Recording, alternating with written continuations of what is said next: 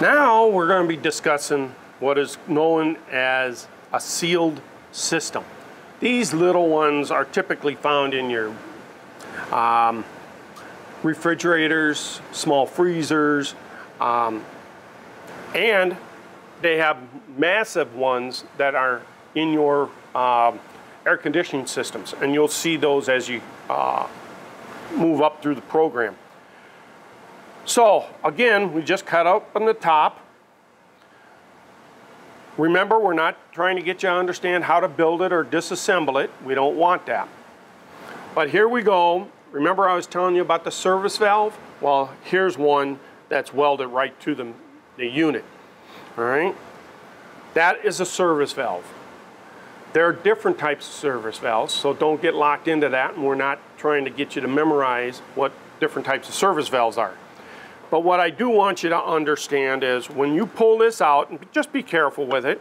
All right, we got it so it comes out. And I'm going to just set this off to the side for a second. And I'm going to tilt this towards you so that you can understand what we're talking about. You see on the compressor here,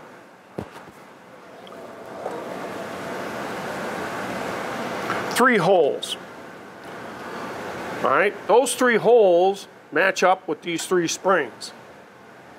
All right, those are isolators. I had to bend it back so that you could pull this thing out. Typically, these are bent down, and this unit is screwed into those three springs so that it's afloat. Okay? The other thing you'll see in here is this copper tubing that runs around. What that is you want to say a heater of some sort. That's exactly what it is. All right? It doesn't get real hot because, as I explained to you through the system, you'll understand what purpose it serves. All right? Now you also see a red tube here. Remember, color coded. Anything red, it's got to be a high side. Anything blue has to be low side, and anything that's white is typically neutral.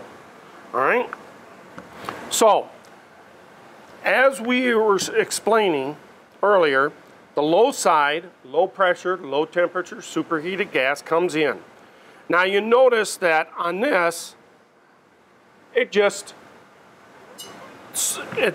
kind of floats in space. All right? Because, as you will see on this model, these two pipes are marked blue.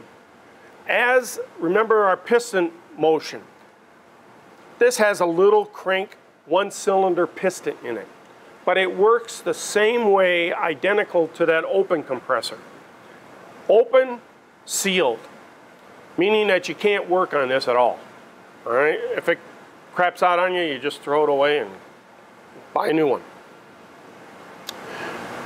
But when you get to this point, you take this top piece off, all right? And you're going to see a low side and a high side flappers, all right? As you turn the crankshaft, you'll also understand how that works, and I want you to explain that to the instructor. Over here, there are two cylinders. We're missing the caps, of course. They look like this. But those hold the refrigerant, the low pressure, the low temperature superheated gas that was pumped into the compressor area here. So now, as you look in here, you can see the pipes, and you'll see it when you get up close to it. And you will notice how the one-cylinder piston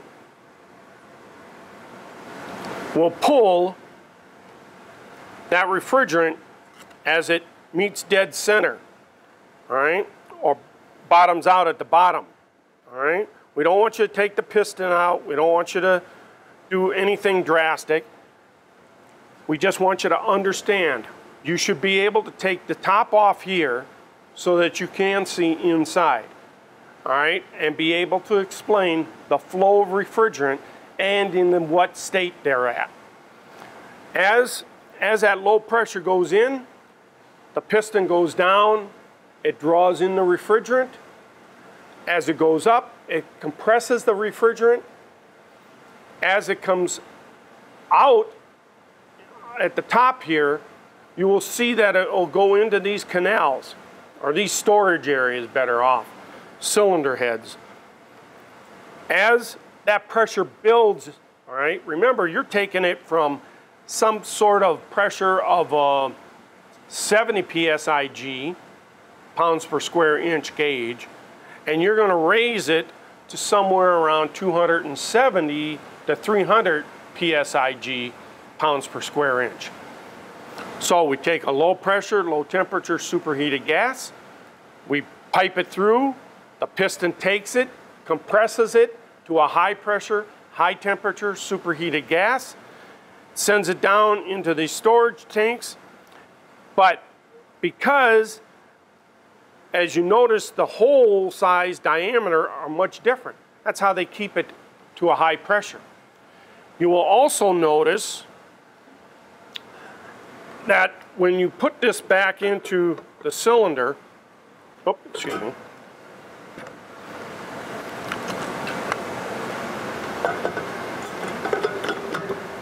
Now watch your fingers, because this does have a tendency of biting people.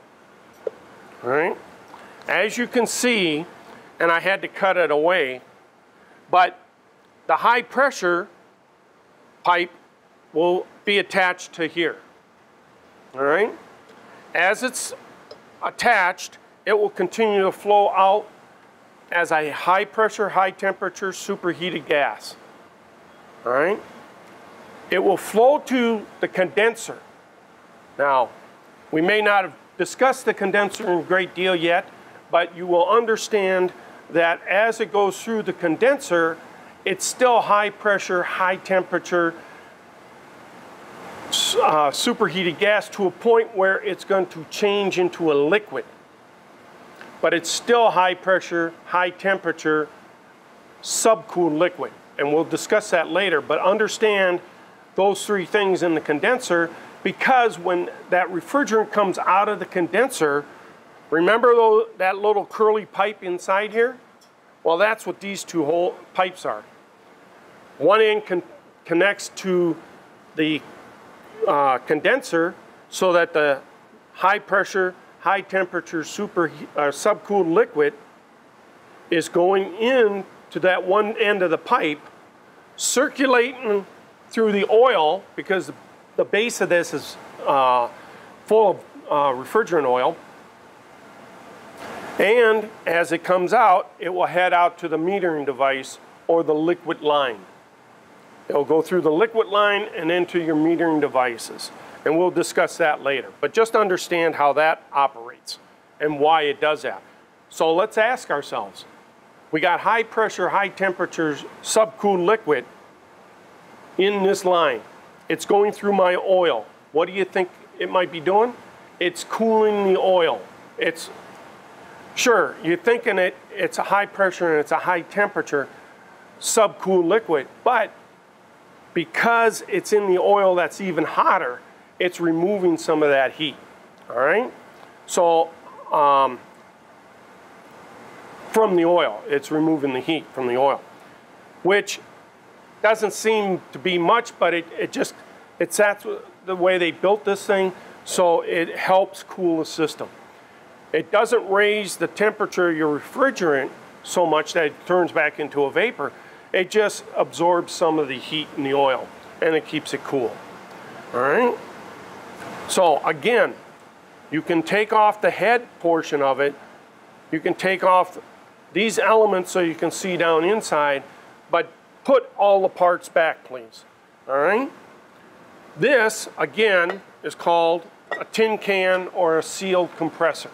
They come in all different tonnages, all different sizes. All right? I hope that at this point, as you're moving through here, it's starting to make a little bit more sense to you. Thank you.